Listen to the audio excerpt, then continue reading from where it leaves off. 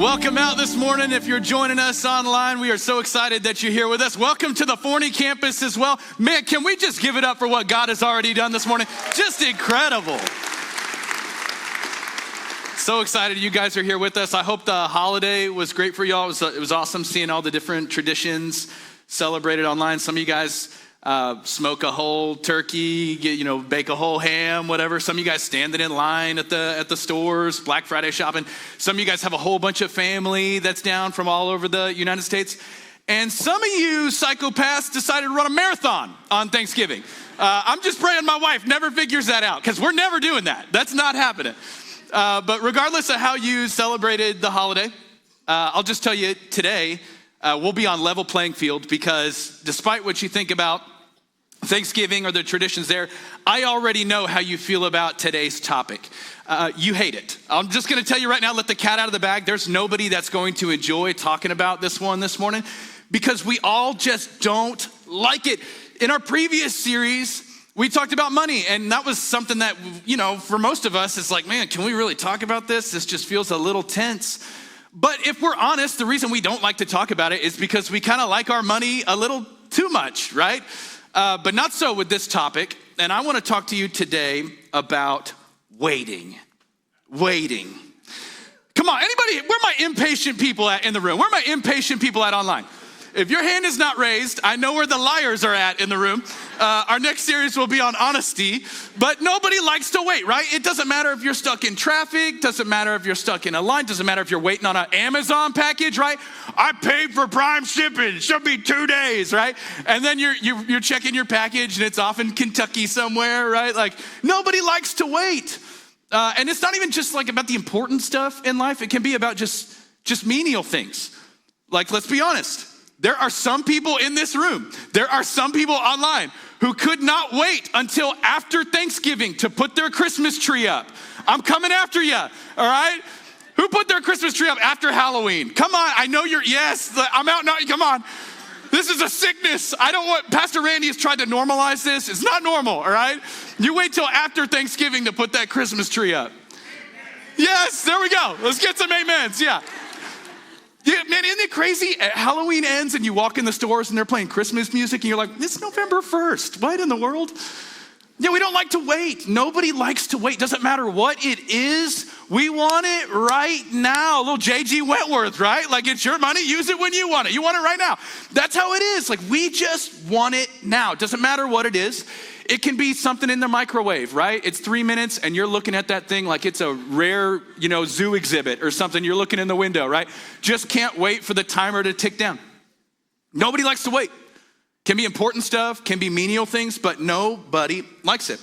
And part of the problem with waiting, really the biggest problem with it is not necessarily the wait, but it's what comes along with it. Because if you've ever prayed for something and you've ever waited for something and then maybe you got something else or you got something altogether different, it's sort of what comes along with it. It's the doubt along the way, right? It's the frustration along the way. It's the hope deferred along the way. And after a while, if we're honest, if you've waited long enough, you can start to wonder, is God out there? Is he listening? Is he real? Does he care? Is he involved at all? It's not necessarily the waiting itself. It's just when it goes on for a little too long, it can start to play some tricks on your mind. So maybe you're here today. I don't know what you're waiting on, but maybe you're waiting on an apology. You're waiting on, maybe it's a relationship to be restored. Maybe you're online this morning and you're waiting for a wayward child to come back home and their heart to be corrected. Maybe you're watching this morning and you're waiting for a child. Maybe you're in the room, you've been praying for a child. You've got a nursery all decked out, ready to go, and you've waited and you've waited and you've waited and you've taken all the right steps. You've done everything you know how to do, and yet it's just more waiting.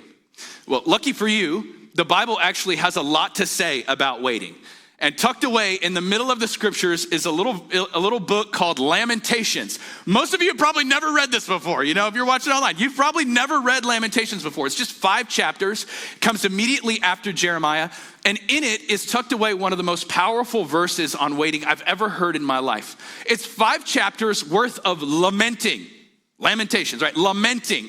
It's the people of God crying out to God, wondering, When is he going to correct the injustice that they've experienced? They're coming hot off the heels of the book of Jeremiah. And as Lamentations starts, it's just detailing the saga of Israel going into exile.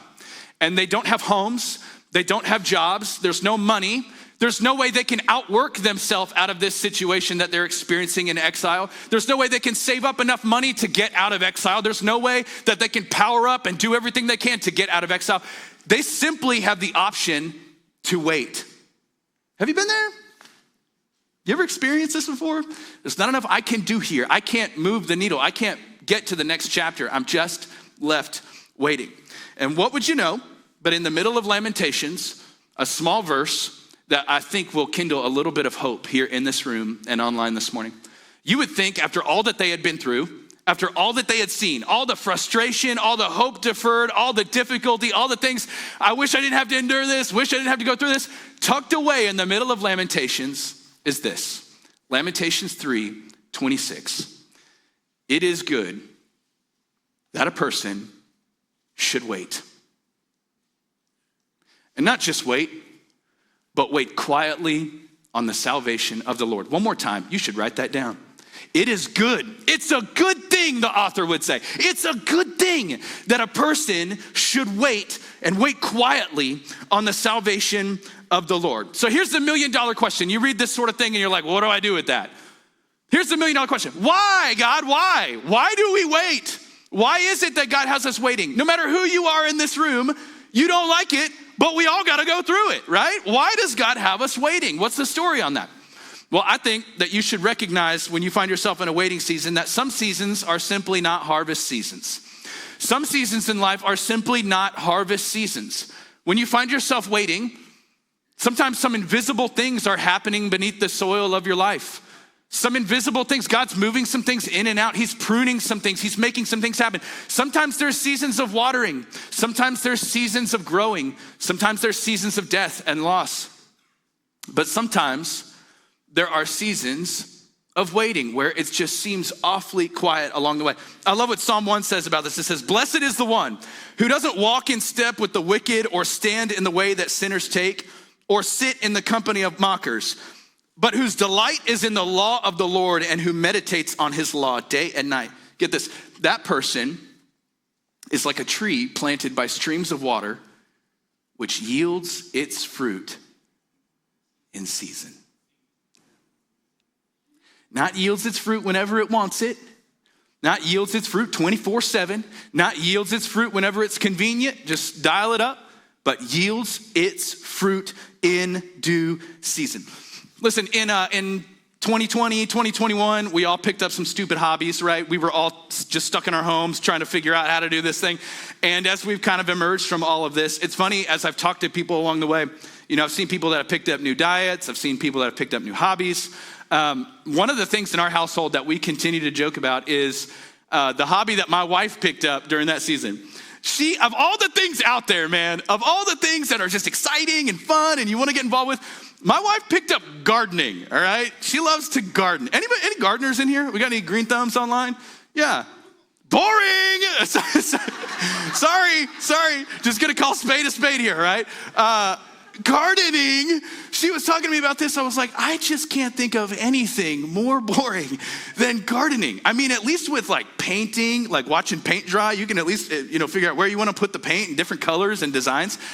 But gardening, what is the story on this? So my wife was like, no, just listen. It could be a good thing. You never know. This could be something that could really blossom into something cool. And I was like, all right, I'll give it a chance. Sure, let's do the gardening thing. So made her a little garden in the backyard. She's got all these, she's got a little raised flower bed, and she planted all sorts of things, right? So she's got radishes and strawberries and onions and just all sorts of things out there. And I remember I was at work one day, and she calls me, and she was a little frantic sounding. And I was like, what's going on? She said, you got to come home. And I said, what? What's going on? She said, Fisher Farms has had their first harvest. And I was like, okay, man, let's do this. So I'm thinking we're going to put Kroger out of business. I'm ready over here. So, I get home on my lunch break or something, and I'm super excited to see this bountiful harvest that we've reaped, right? I'm thinking about like, man, we're gonna live off the land here. This is gonna be like maybe a sustainable thing. I may never have to go shopping again. This is awesome. So I was like, okay, bring it out. Drum roll, please. Right? And she comes around the corner. Do we have a picture of this harvest here? Do we have this? There it is. I said, what is that, a grape? Like, is that a single grape? What is that? She said, no, it's a strawberry. I said, that is the world's smallest strawberry. What is that? And she was so excited. You should have seen this woman. I mean, it's like Christmas came early. She's dancing around the house. This is it. We've got a harvest. Old McDonald, he's got nothing on us. This is awesome. So I'm thinking, okay, there's a problem here. I walk out in the backyard and I kind of view this garden situation. And this is just who I am as a person. I hate admitting this, but sometimes I can just tend to see the more critical sides of things, a little more negative. So I look at her garden and I'm just thinking to myself, I'm like, man, what went wrong, right? Like, we got some radishes. Not sure who eats radishes. We got those. They're not popping up. We got strawberries. That's not really coming up too well. We've got some celery here, some corn stalks over here. We got all sorts of things, but I'm not really seeing it happen. And I asked Megan, again, I'm not proud of this, but I turned to her and I was like, are you worried? Like, have you tried water, right? Like, are you nervous? And with her little strawberry in her hand, I just thought this was so remarkable. She looks at it and she said, no.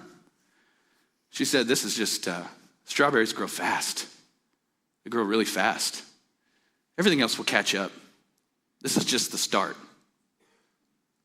You know, if you can crawl down in the soil, you can have a little conversation with the roots, with the corn, the radishes, the potatoes. If you can have a conversation with the roots and you can lean in and say, look at the strawberries over there. They're just taking off. Are you guys nervous? Are you worried? They'd say, no, it's not my time. My time's coming. Don't get me wrong. It's coming, but this is not my time. This is not it. They're on a different time. I can't compare what's going on in my life to what's going on over there. This is just not my time. They just go up a little faster here. And the same is true for your life, man. The same is true. You're busy on Instagram and on Facebook and you're comparing your life to their life and wondering what went wrong and what did you get off the wrong timeline? Did I mess things up? Am I out of God's plan? Did I do something along the way to make him mad at me? He's got me waiting. It's just not your time. In due season, you will reap the fruit. You're like a person planted at the streams there, just soaking up God's word, leaning in on his promises. Your time is coming, just maybe not yet. Maybe there's some invisible things happening beneath the soil that you don't quite see yet, but it's coming. Are you worried? It's coming. Listen to me, Lamentations 3:26. It's a good thing for a person to wait quietly on the salvation of the Lord. Maybe you didn't mess things up. Maybe you didn't get off track. Maybe, just maybe, it's not punishment. Maybe it's some kind of preparation along the way. I hope your eyes will be open to this here. But again, why? Why? Why does God make us wait? Why? My over 35 crowd is going to understand this. My younger than 35 is just going to wonder what kind of witchcraft this is. But you know, let me just illustrate this little visual illustration here. But you know, the way that we experience photography today is incredible. Growing up, I did not have what we have today, right? I know that makes me sound really old, but primarily, if you want to take a picture now, you get your phone out, right? Click, click, click. You got a couple pictures, upload them online. It's instant, right? Not so back in the day, right? I remember when I first got one of these. Now, this is kind of a modern version here, but does everybody know what this is? What is this here? Yeah, Polaroid. Okay, so yeah, most of us know Polaroid, right? So I remember when I first got one of these. This pink one is not mine, okay? I borrowed this, I promise. But I remember when I got one of these, this was sitting under my Christmas tree, you know, when I was 13, 14 years old. And I remember my mom kind of walking me through what this was. She said, you can just take this, you can point it and click, and it'll take a picture, and out pops some film. I thought, this is interesting. And you can kind of wave it around, right? Give it a little bit. It's like the old Nintendo cartridges. You remember blowing in those? Like, I am really dating myself here, yeah. Yeah, you kind of wave it around for a little bit, and after a while, 3 minutes or so, you would have yourself a little picture. Well, if you back up a little further than that, who remembers these bad boys? Yeah, right? I went to Walmart to pick this up this morning. I was like, camera with film. And they were like, what? Say that again? I was like, you know what? And they were like, no, never heard of that. And I was like, okay, I'm older than you. You know how one of these works, right? Sound of better days, right? Well, back in the day, you had to crank one of these up, and then you'd take the picture, right? The problem with it is sometimes your finger would be in front of it, or right? You'd go to get your pictures done. Your friends would always be like, hey, can I get your doubles, bro? But inside those little wind-up cameras, you remember this? It's real film you had to get out. You would take these cameras, actually, and you would drop these off at like a 1 hour photo. Many of you know what I'm talking about here. 1 hour photo or 24-hour photo. You would drop these off for them to be developed. And I'll tell you a little bit about this process here, but what would happen is this film would go back to a dark room, a place where no one was able to go, a place where no one could see what was happening. The film was actually in the hands of an expert, right? They would go back to this dark room, and the film would go through a series of chemical reactions to form the image on the picture. And if you open the door too soon and let the light in, it would ruin the picture. Now listen to me. Sometimes when you find yourself waiting, sometimes when you find yourself in seasons of quiet, wondering where God is at, the truth is you're experiencing these battles because he's taken you to the proverbial dark room where often private battles will go on. Difficult things will happen in your life, things you can't talk about, things you're wrestling with, where you're wondering, where the light hasn't quite crept in yet, and you don't want it to, because what's going on is the process of sanctification. There are some things you can only learn through waiting. There are some things that you will never figure out for the duration of your life without waiting. And what you've got to understand when you find yourself again in that proverbial dark room is that God is trying to form his image in you before he does a work through you. Again, doing some kind of work in you before he does something through you. Waiting is just not about the waiting. It's not about what happens at the end of the waiting, but it's about who you become as you wait. It's about the image that is formed within you. The image of his son. You wonder along the way, you're like, God, this just feels painful. And he would say, no, this is making you holy. One of my favorite illustrations of this, one of my favorite examples is in the life of David. Everybody's heard the story of David, right? Everybody knows about David. And we always talk about the man after God's own heart, and he's king, and all these exciting things about David. But there's kind of another side to the history here of David. You know, when he is first elected, when he's first chosen by Samuel, chosen by God to become king, there is this ceremony that takes place where they anoint David to be king. So he's consecrated to be king. And then after that, immediately, most of us just think that David just kind of wanders off and just goes to the palace and starts things. But it's interesting. There is a little gap in the scriptures. Let me show you. So I actually have a picture of this here, of my Bible. First Samuel 16 goes on. It starts detailing everything that David has gone through. They're anointing David. They're going to promise that David is going to become king someday. They're anointing him for the future. And Samuel has selected him. God has selected him. And then there's a little gap. Do you see this middle of the page? There's a little paragraph break. And then it starts again. Now the Spirit of the Lord had left Saul, and it just goes on and on and on. It just leaves David's story and it jumps right into the story of Saul. This is so interesting. Did you know that little white space is worth about 7 years of David's life? Just a paragraph break. It's worth about 7 years of David's life. Scholars tell us that this little 7 years is actually some of the most important years of David's life. I mean, what do you think? After David's anointed, let's be honest. After David is anointed to be king, can you picture it? He's standing there, they anoint him. This is going to be king. What do you think he does next? Like if I'm David, I'm like, We're going to start the campaign to make Israel great again. Like, let's go. Let's do it. You know what he does? You know what he does? He goes back to the pasture. He goes back to tending sheep. He goes back to shepherding sheep. And this is what's amazing here is that these are some of the most formative, important years of David's life. This little white space right here is where David would learn to shepherd sheep and learn the experience to someday shepherd Israel.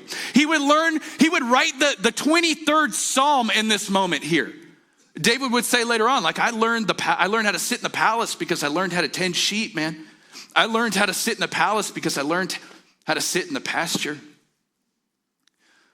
Listen to me. Don't waste your white space, man.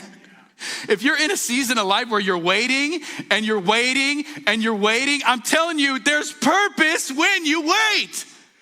It's not just sitting on your hands, but there's something that's happening. And to contrast this, just before David is anointed by Samuel to be king, in 1 Samuel 13, there's this moment where Saul is about to go out to battle.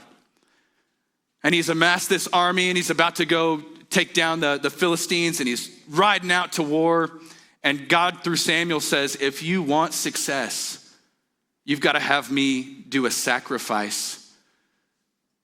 You can't do it. This is up to me. So Samuel now has this sacrifice that he's got to do. And so Saul waits. He waits 1 day, 2 days, 3 days. Samuel still hasn't showed up. 4 days, 5 days. Where is Samuel? Finally, on day 7, Saul says, you know what? I can't wait any longer.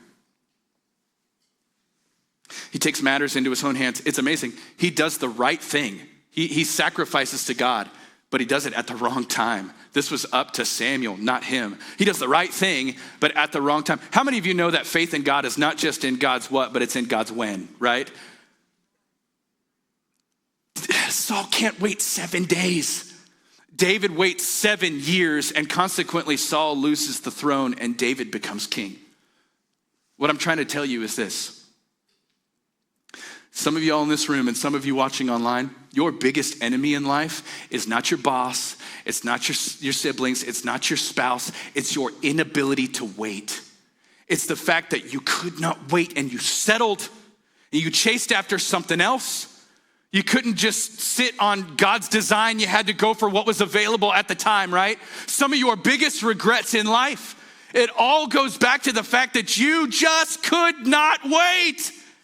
And I know it to be true because it's true in my life. I'm the pastor. Like, if it's wrong with me, it's got to be wrong with you, right?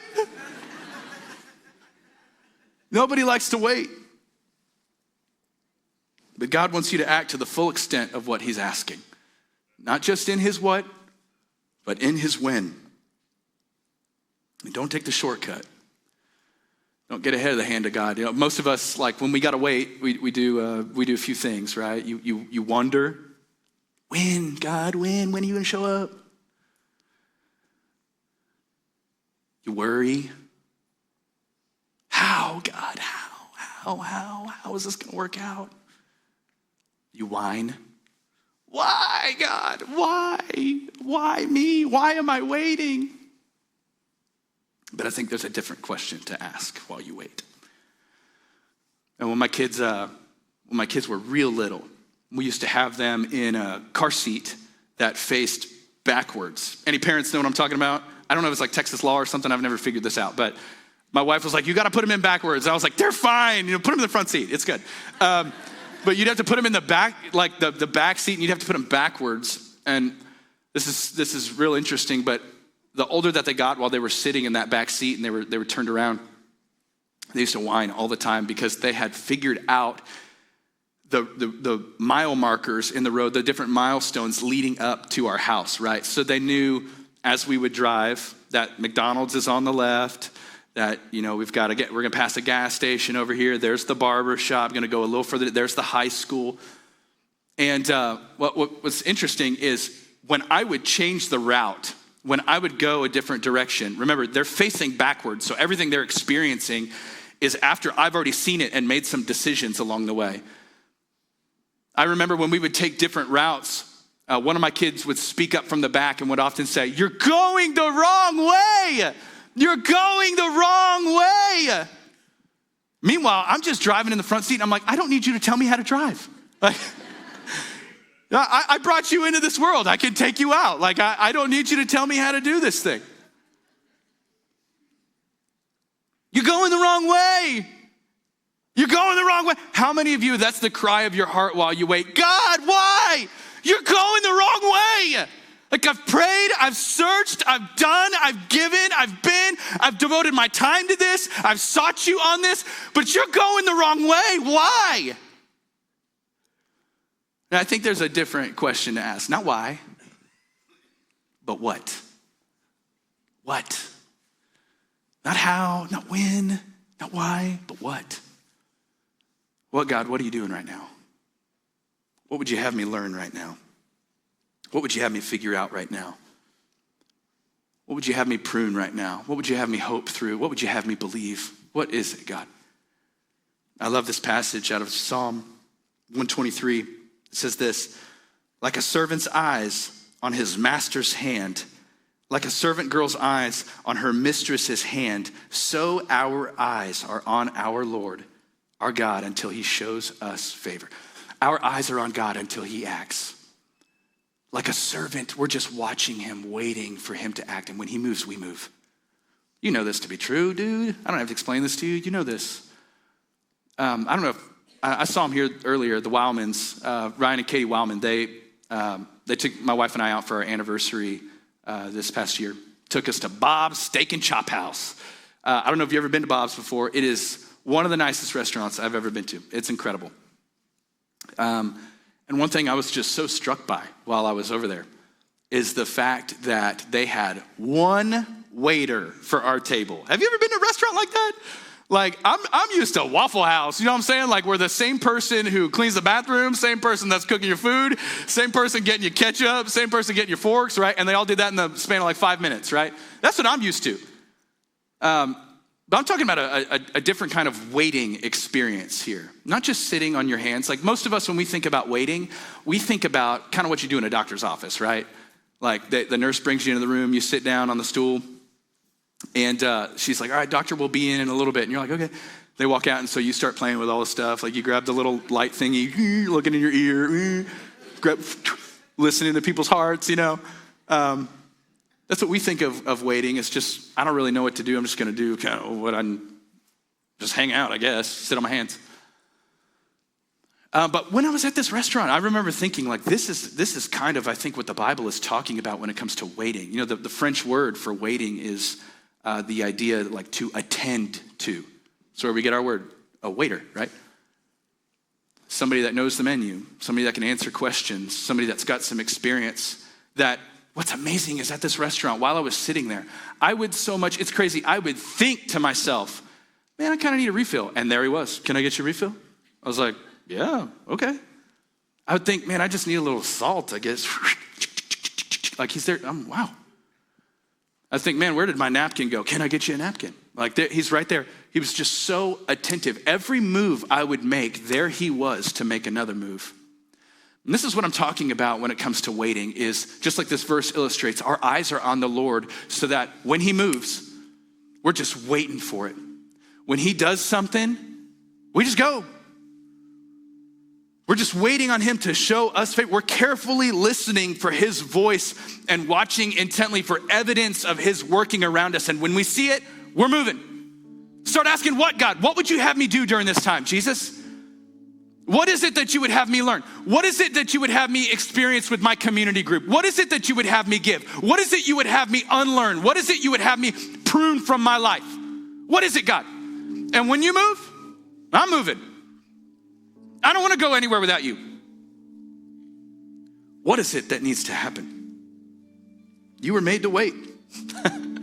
It's not good, doesn't feel good, it's not fun, it's not sexy, it's not quick, it's not something that just comes and goes, but it's something that shapes you along the way. You were made to wait. It's good that a person should wait quietly on the salvation of the Lord. And if that's true, if it's truly good to wait, then I think our definition of waiting can change a little bit. I want you to look at waiting a little bit differently today, Forney. I want you to look at waiting a little bit differently today, See Life Online. waiting is not punishment. Waiting is preparation. I'm just getting ready for what God will do next. Maybe I don't know the next move. Maybe I'm just going to do what I know to do. I'm going to stay faithful. I may not know who he's going to have for me to marry, but I'll tell you, I'm going to be faithful with what I can control. I may not know exactly what job he wants me to have, but you know what? I'm going to prepare myself in such a way to be a great candidate so that when God moves, I'm jumping into the spot. I may not know all the answers for the future, but I know who does, and I'm going to get ready for his response. When he moves, I move. Waiting isn't punishment. He's just getting me ready for something. And if that's the case, you can get a little excited to wait. Oh, you say, I don't know about that. Let me close with a passage of scripture here. It's out of Luke chapter 5. Familiar, I know you know this. One day as Jesus was preaching on the shore of the Sea of Galilee, great crowds pressed in on him to listen to the word of God. He noticed 2 empty boats at the water's edge, for the fishermen had left them and were washing their nets. And stepping into one of the boats, Jesus asked Simon, its owner, to push out into the water. And so he sat in the boat and taught the crowds from there. And when he'd finished speaking, he said to Simon, now go out where it's deeper and let down your nets to catch some fish.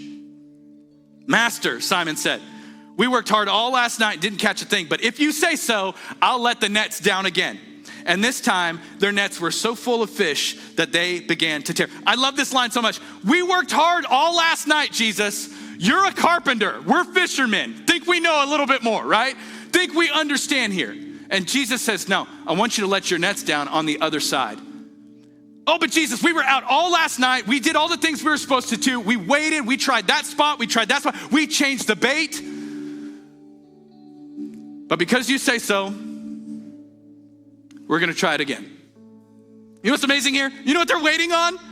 They're waiting on the voice of the Lord. They may not have done a thing differently that day.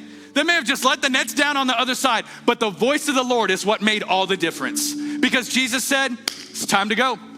Do it.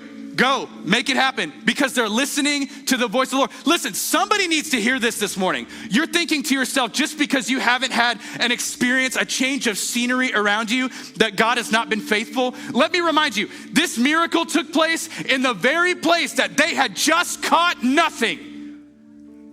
But because Jesus showed up, because his voice was there, everything was different. Let me just close here with just a visual illustration of this. And I think you'll understand what I'm talking about here. But have you ever wondered with our band here, how it is that they are so precise week in and week out? Have you ever wondered, man, how do these guys know like the verse and the chorus and the bridge? Like if I was up here, I would be like, Waymaker, is that, I wouldn't know. How is it that they know the exact time for the chorus? How is it that they know the exact time for the, how? Is it Joey? I mean, Joey's an amazing worship leader, lots of experience. Is it Joey? Is it Jason's buttery smooth vocals? Maybe. That may be part of it. But I'll tell you the secret is that they're listening. And not just listening, but they're listening for a voice. Do you know in each of their ears, they've got an in-ear monitor, a voice that would tell them when the bridge is coming, when the chorus is coming. It sounds something like this. 2, bridge, 2, 3, 4. They know exactly the right time to react, the time to come in, because the voice has told them to. Are you catching this yet? If you're waiting, bridge. It's not because you're in some kind of trouble or some kind of punishment. It's preparation for the right time that God is going to work. You've got a job to do during this time. God's got something for you this season. You just got to wait. Waiting is not a bad bridge. thing. In fact, listen to all the people along the way that have had to wait. Hannah waited for a child. Paul waited 17 years from the time he became a Christian to the time he would start his missionary journeys. 15 years would pass between David's consecration and his coronation. Jacob waited 14 years for Rachel. Moses, 40 years in the desert. Joseph gets a dream at 17, and 2 decades would pass before his waiting would come complete. Isaac was birthed to Abraham 25 years after that promise. And listen to me, it would take 400 years between the time of the Old Testament to the beginning of the New Testament for the cry of a baby that everybody had been waiting on. If God has you waiting, it's for good reason. If God has you waiting, it's to prepare you for something.